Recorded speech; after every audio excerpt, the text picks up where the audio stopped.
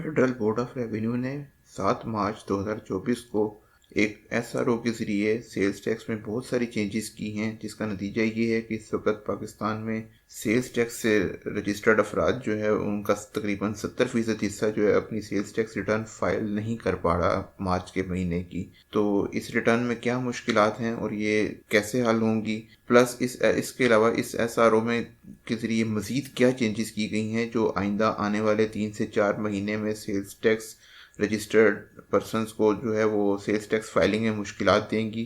ये तमाम चीज़ें हम आज की इस वीडियो में डिस्कस करेंगे। मैं हूं मोहम्मद आसिम और आप देख रहे हैं ई नॉलेज बाय आसिम।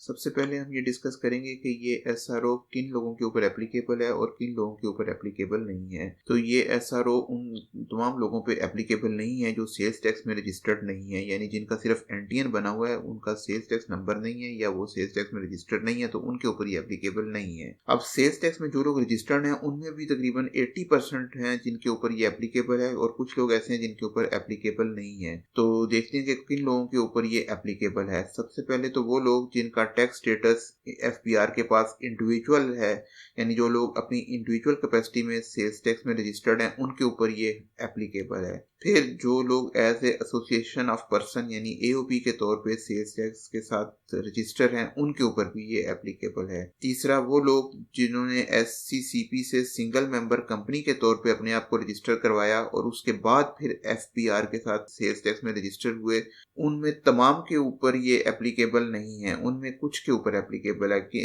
जो लोग सिंगल मेंबर कंपनी अपने आप को रजिस्टर करवाने के बाद और इस पे एफपीआर के साथ रजिस्टर सेल्स टैक्स में रजिस्टर होने के बाद जो लोग मैन्युफैक्चरिंग का काम कर रहे हैं उनके ऊपर ये एप्लीकेबल नहीं है। जो लोग मैन्युफैक्चरर नहीं है यानी नॉन मैन्युफैक्चरिंग कैटेगरी में आते हैं सिंगल मेंबर कंपनी रजिस्टर करने के बाद, उनके ऊपर ये जो एसआरओ है वो टोटली एप्लीकेबल है।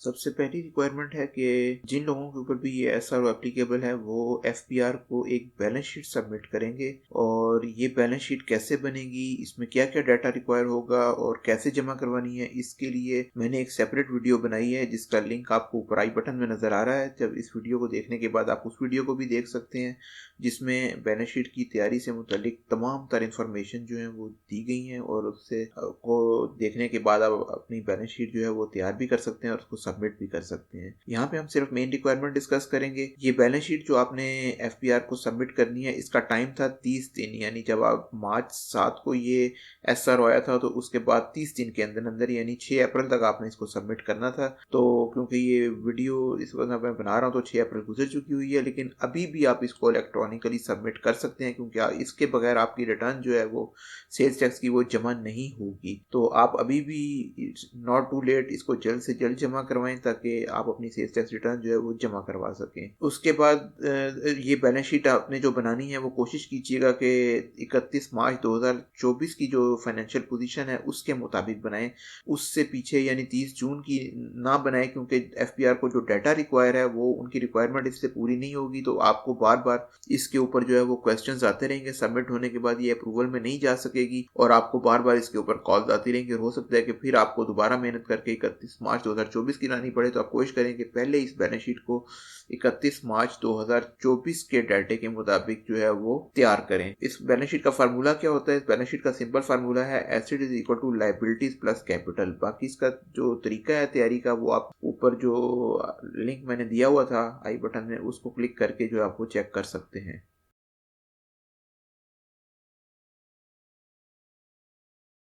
सेल्स टैक्स रजिस्ट्रेशन का जो तरीकाकार है उसमें तब्दीली की गई है और जो लोकल रजिस्ट्रेशन ऑफिस या एलआरओ है उसको ज़्यादा इख्तियारात दिए गए हैं। तो उसके इन इख्तियारात के मुताबिक अब जो भी शख्स सेल्स टैक्स में रजिस्टर होने के लिए अप्लाई करेगा उसको जो डॉक्यूमेंट्स पहले जमा करवाने पड़ते थे उसके अलावा एडिशनली उसको एक बैलेंस शीट भी जमा करवानी पड़ेगी और बैलेंस शीट में वो अपना कैपिटल जो है जिस सरमाए से वो काम करना चाह रहा है वो डिक्लेयर करेगा और फिर इसका प्रूफ भी जो है वो लोकल रजिस्ट्रेशन ऑफिस को सबमिट करेगा। अब वो प्रूफ क्या हो सकता है अभी वो वाज़ेह नहीं है, लेकिन जो मेरा अपना असेसमेंट है उसके मुताबिक जो है वो ये कैपिटल अमाउंट आपको जो बिजनेस का बैंक अकाउंट है वो आप ओपन करेंगे और उसके बाद उसका अकाउंट मेंटेनेंस सर्टिफिकेट जमा करवाएंगे और फिर उसके बाद उसमें रिक्वायर्ड कैपिटल की अमाउंट जमा करवाने के बाद बैंक से सर्टिफिकेट लेंगे कि आपने रिक्वायर्ड अमाउंट जो है वो उसमें जमा करवा दी है, और अपनी जो बैंक स्टेटमेंट है उसकी साइंड कॉपी जो है वो उसको जमा करवाएंगे टैक्स ऑफिस को, जिसके बाद फिर ये सेटिस्फेक्शन हो सकेगी कि आपके अकाउंट में सफिशिएंट कैपिटल मौजूद है जिससे आप बिजनेस कर सकते हैं। तो ये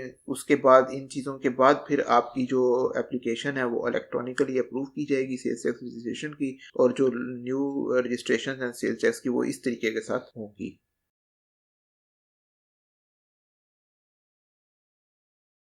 जो लोग सेल्स टैक्स में रजिस्टर्ड हैं और इस एसआरओ के दायरा इख्तियार में आते हैं उनके लिए एक रिक्वायरमेंट अब ये भी है कि वो अपनी बायोमेट्रिक वेरिफिकेशन दोबारा करवाएंगे। बायोमेट्रिक वेरिफिकेशन से ये बात साबित हो सकेगी कि जिस बंदे के नाम पे भी सेल्स टैक्स रजिस्ट्रेशन दी जा रही है वो जिंदा है और अपनी मर्जी से जो है वो ये बायोमेट्रिक करवा रहा है। ये बायोमेट्रिक आपको जुलाई के महीने में करवानी होगी और उसके बाद फिर हर साल ये जुलाई के महीने में करवाई जाया करेगी। जो शख्स या इसमें बायोमेट्रिक करवाने में फेल हो जाएंगे उनका आईआरएस लॉगिन जो है वो क्लोज हो जाएगा और वो अपनी रिटर्न्स जो है वो सबमिट नहीं कर सकेंगे। इसलिए ये बायोमेट्रिक वेरिफिकेशन बहुत ज़रूरी है और अभी इसका यही तरीकाकार है कि आप इसको नादरा ई सहूलत पे जाके जो है वो जुलाई के महीने में इसको दोबारा बायोमेट्रिक करवाएंगे।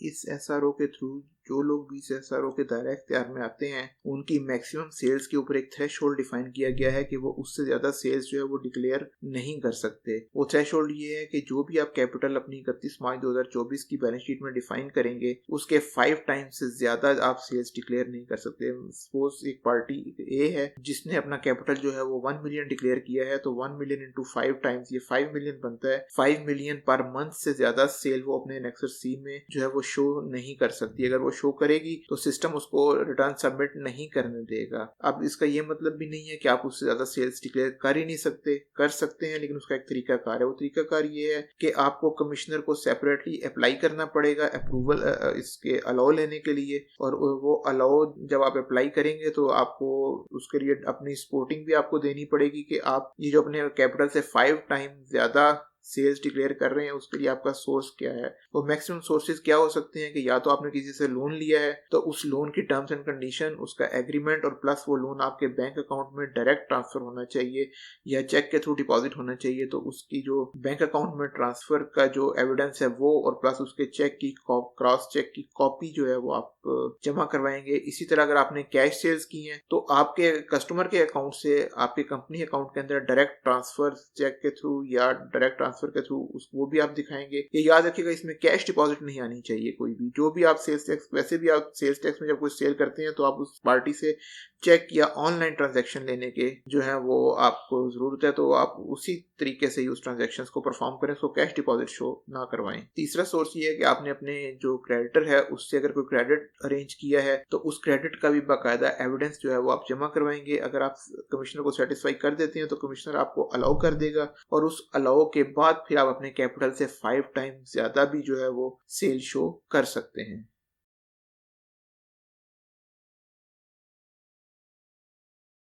सेल्स टैक्स की जो लास्ट अमेंडमेंट हम डिस्कस कर रहे हैं इसके अंदर अगर कोई पार्टी जिसने अपनी सेल्स टैक्स लायबिलिटी जो है वो प्रॉपरली जमा करवा दी है और उसके बाद अपनी सेल्स टैक्स रिटर्न भी सबमिट कर दी है तो उसकी रिटर्न जो है वो फाइनल नहीं कंसीडर की जाएगी बल्कि उसकी रिटर्न प्रोविजनल डिक्लेयर की जाएगी। प्रोविजनल का मतलब है जिसको किसी भी वक्त ओपन किया जा सकता है। इस आल्दो उसने अपनी सेल्स टैक्स लायबिलिटी प्रॉपरली अदा कर दी है लेकिन उसने अपनी सेल्स टैक्स लायबिलिटी जो है वो नेट अदा की है, यानी जो उसने आउटपुट टैक्स सेल्स के ऊपर डिक्लेयर किया है उसमें से इनपुट टैक्स जो उसने परचेजेस पे क्लेम किया है वो माइनस करके अपनी टैक्स लायबिलिटी प्रॉपरली अदा कर दी है।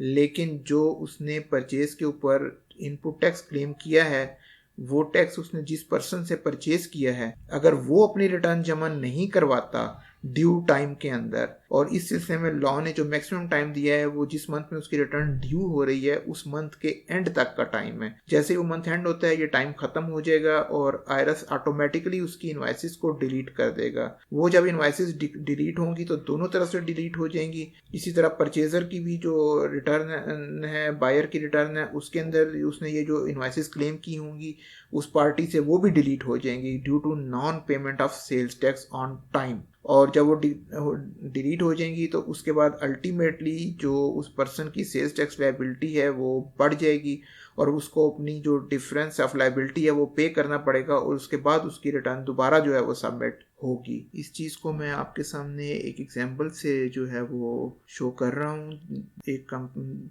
ये डाटा है for the month of March का, और मार्च का डाटे का मतलब ये है कि ये मार्च की रिटर्न में तमाम पार्टीज जो हैं वो अपने अपने सेल्स टैक्स में जो है वो डिक्लेयर करेंगी और 18 अप्रैल तक इनका टाइम है। और ये जो अमेंडमेंट अभी हमने डिस्कस की है इसके मुताबिक इसका टाइम 30 अप्रैल तक है। और इसमें कंपनी ए है जिसने अपनी सेल्स डिक्लेयर की हैं 5 लाख, इसके ऊपर 90,000 रुपया आउटपुट टैक्स डिक्लेयर किया है इन फेवर ऑफ कंपनी सी, यानी कंपनी सी को उसने सेल की है। इसी तरह कंपनी बी है उसने 4 लाख की सेल्स की हैं और उस पर 72,000 रुपया आउटपुट टैक्स जो है वो डिक्लेयर किया है और वो भी किया है कंपनी सी की फेवर में। इसी तरह कंपनी सी ने कंपनी के को वही चीज़ें सेल की हैं और उनके ऊपर 12 लाख आउटपुट टैक्स जो है 12 लाख सेल्स सॉरी डिक्लेयर की हैं, जिसके ऊपर 2,16,000 आउटपुट टैक्स 18% के हिसाब से डिक्लेयर किया है। कंपनी सी ने प्रॉपरली जो उसका आउटपुट टैक्स है 2,16,000 उसमें से जो उसने टैक्स पे किया है 90,000 और 72,000 ये माइनस करने के बाद 54,000 रुपये उसका सेल्स टैक्स लायबिलिटी बनी है जो कि उसने प्रॉपरली जो है वो पे कर दी है। कंपनी सी ने अपनी जो टैक्स लायबिलिटी है 54,000 वो 15 अप्रैल 2024 को जमा करवाई है और उसके बाद उसने अपनी रिटर्न भी जो है वो सबमिट कर दी है। उसकी ऑल्दो उसकी जो टैक्स ऑब्लिगेशंस हैं वो मुकम्मल तौर पे फुलफिल उसने की हैं और उसने अपनी तमाम टैक्स लायबिलिटी प्रॉपरली कैलकुलेट करके टाइमली जमा करवा दी है। लेकिन इस सब के बावजूद उसकी रिटर्न जो है वो प्रोविजनली एक्सेप्ट होगी अप टू 30 अप्रैल 2024 तक।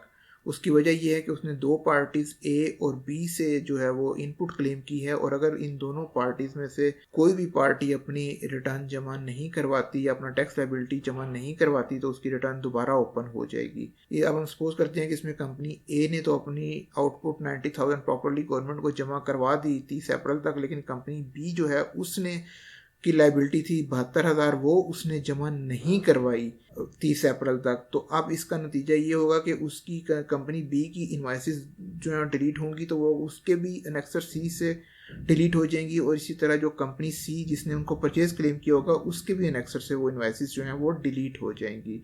ये इनवाइसेस डिलीट होने से आपका इनपुट टैक्स कम हो के 72,000 रुपये कम हो जाएगा और कंपनी सी को भी ये 72,000 रुपये खुद पे करने पड़ेंगे। ये अब अल्टीमेट लॉस है। तो अब लाजमी बात है कि कंपनी सी जिसने अपनी लायबिलिटीज प्रॉपरली जो है वो पे की हैं लेकिन उसको भी ये लॉस बियर करना पड़ेगा। तो अब मैं आपको बताता हूँ कि आप ये लॉस इसके अगेंस्ट आप सेफ गार्ड किस तरह कर सकते हैं कि आपको अगर आप अपनी लायबिलिटीज प्रॉपरली पे कर रहे हैं सेल्स टैक्स की तो आपको ये लॉस ना हो। ये आपके पास प्रॉपर मेजर्स हैं। जो बायर अपने पास सेल्स टैक्स इनपुट क्लेम करते हैं उनके लिए प्रॉपर एक मेजर है। एक तो ये कि आप अपने जो आपका सेलर है उससे प्रॉपर सेल्स टैक्स इनवाइस जो सीरियली नंबर्ड हो जिसके ऊपर आपका और उसका sales tax number properly show किया गया हो और उसका इनवाइस नंबर भी शो हो रहा हो वो उससे हासिल करें प्रॉपरली। ये एक रिक्वायरमेंट है। दूसरा ये है कि आपने उसकी पेमेंट को भी इंश्योर करना है कि वो अपनी पेमेंट टाइम पे जमा करवाए ताकि आपकी टैक्स लायबिलिटी इंक्रीज ना हो। वो आप किस तरह सेफ गार्ड करेंगे कि एक तो आप उसको जो पेमेंट करें वो थ्रू क्रॉस चेक करें और क्रॉस चेक भी उसके बिजनेस नाम का नहीं होना चाहिए, उसके बिजनेस नाम का होना चाहिए, उसके पर्सनल नेम पे नहीं होना चाहिए। और उसके अलावा उससे उसका अनेक्सर सी जब वो अपनी रिटर्न जमा करवा ले तो फिर उससे उसका अनेक्सर सी जो है उसकी कॉपी लाजमी लें और उसमें अपनी इनवाइसेस को चेक कर लें कि जो इनवाइसेस आपने अपने पास परचेज में क्लेम की हैं क्या वो उसने अपनी सेल्स में प्रॉपरली क्लेम की हुई हैं। अनेक्सर सी भी उससे प्रॉपर ले लें और उसके बाद उसका रिटर्न सबमिशन का जो एक्नॉलेजमेंट है वो भी उससे हासिल कर लें ताकि उसने अपनी लायबिलिटी भी पे कर दी है। और इसको आप फर्दर सेफ गार्ड इस तरह कर सकते हैं कि आप अपने जो आपका सेलर है उसको पेमेंट 2 पार्ट्स में करें। जो उसकी बेसिक अमाउंट है यानी सेल्स की वैल्यू विदाउट जीएसटी वो आप उसको जब मर्जी पे कर दें, लेकिन उसकी जो सेल्स टैक्स की अमाउंट है वो रोक लें और वो उसको उस वक्त पे करें जब वो आपको annexure C with payment acknowledgement आपको जमा करवाए। तो फिर आप जो है वो उसको उसका अनेक्सर जो है वो लेने के बाद उससे फिर आप उसको उसकी जो सेल्स टैक्स की पेमेंट है वो रिलीज करें थ्रू क्रॉस चेक। इसके साथ ही SRO 350 से रिलेटेड हमारी इंफॉर्मेटिव वीडियो इख्तिताम पजीर होती है। मैंने कोशिश की है कि इस वीडियो में आपको SRO 350 में जो भी रिक्वायरमेंट दी गई हैं उनके बारे में डिटेल्ड इंफॉर्मेशन प्रोवाइड की जाए, लेकिन अगर इसके बावजूद भी आपका कोई क्वेश्चन है तो आप कमेंट्स में मेंशन कर सकते हैं। कोशिश करेंगे कि अपने टाइम अवेलेबिलिटी के मुताबिक आपको प्रॉपर इस पे जवाब दिया जा सके। अगर आप हमारी सेल्स टैक्स फाइल करने से रिलेटेड वीडियो देखना चाहते हैं तो इस आई बटन में क्लिक करें। इसके अलावा इंपोर्ट लाइसेंस कैसे हासिल किया जाता है, उसकी एसओपी कैसे बनाई जाती है, उसको सीखने के लिए आप लिंक में मौजूद आई बटन पर क्लिक करें। सेल्स टैक्स की अकाउंटिंग कैसे की जाती है इसके लिए आप हमारी ये ऊपर नजर आने वाली वीडियो पर क्लिक कर सकते हैं। और कैश बजट जो कि एक इंतहाई इंपॉर्टेंट टूल है बिजनेस को मैनेज करने के लिए, वो कैसे बनाया जाता है उसके लिए आप हमारी ये वीडियो देख सकते हैं। कोई भी क्वेश्चन हो तो आप हमें इस ईमेल के ऊपर भी भेज सकते हैं। नेक्स्ट वीडियो तक अल्लाह हाफिज।